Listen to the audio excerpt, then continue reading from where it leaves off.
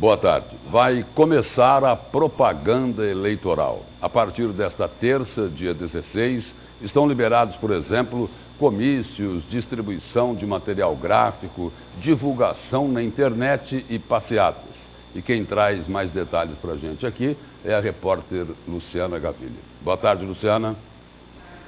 É isso mesmo. Nesta segunda-feira encerra o prazo do registro das candidaturas e a partir desta terça-feira, de fato, a gente tem a real percepção do início das eleições 2022, porque nesta terça-feira os candidatos podem pedir votos, entregar os santinhos, mas nem tudo fica permitido. Existe uma legislação bem rigorosa e é importante que todos os candidatos respeitem a legislação. Então, sobre este assunto, eu vou conversar com o juiz membro do Tribunal Regional Eleitoral de Mato Grosso, Sebastião Arruda.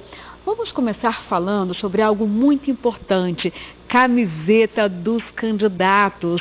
Está permitido a população fazer uso da camiseta ou se restringe apenas a cabos eleitorais e mesmo assim com regramento?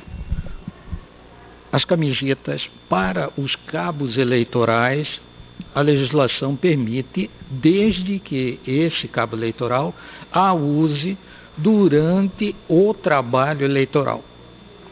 Como exemplo, se o trabalho eleitoral terminar às 17 horas, esse cabo eleitoral deverá fazer a troca do vestuário, não poderá sair daquele local e ir, por exemplo, a uma agência bancária para fazer uma operação usando essa vestimenta. Entrar, por exemplo, num coletivo usando essa vestimenta. Então, é restrita apenas ao horário eleitoral, ao horário do trabalho eleitoral. Ou seja, o mesmo vale então para um boné. E se caso esse cabo eleitoral desrespeitar, pegar o ônibus, estiver lá com um boné, com uma camiseta, o que pode acontecer? O que tem de sanção? Boné não pode.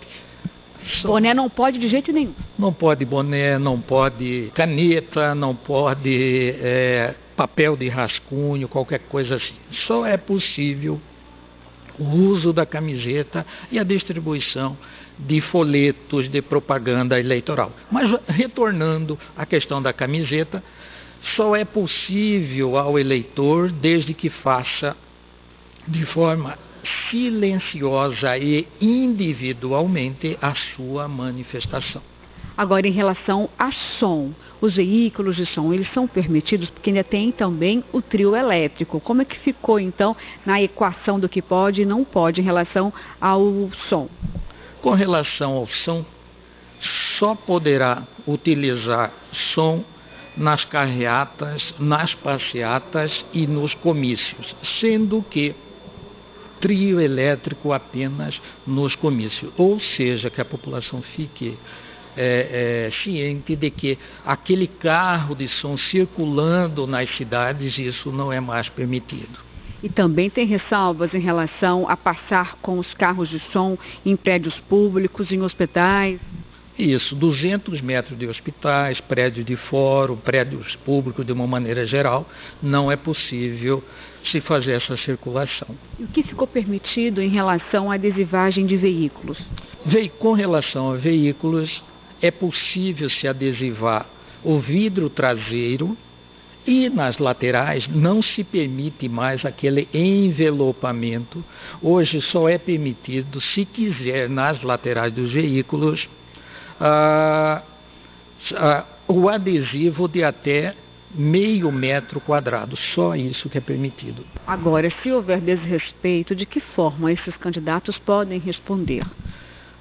Ele é notificado para, primeiro, fazer a retirada da propaganda eleitoral, segundo, da eventual responsabilidade que, no caso de propaganda, seria a multa que vai de 5 mil a 30 mil reais, ou então de 10 mil a 50 mil reais, e também a possibilidade, dependendo das circunstâncias, desse candidato responder por abuso de poder político, abuso de poder econômico ou abuso no uso dos meios de comunicação.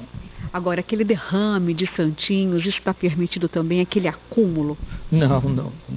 Hoje, inclusive, os candidatos que fiquem cientes que a legislação eleitoral inovou no sentido de que, se houver derrame de santinhos, o candidato já tem uma presunção de que esse candidato tinha conhecimento desse derrame de santinhos e, por isso, ele tem a obrigação de fazer a limpeza sob pena de responsabilização. Bom, a Justiça Eleitoral conta com o Pardal para denúncias. É importante esse canal de comunicação?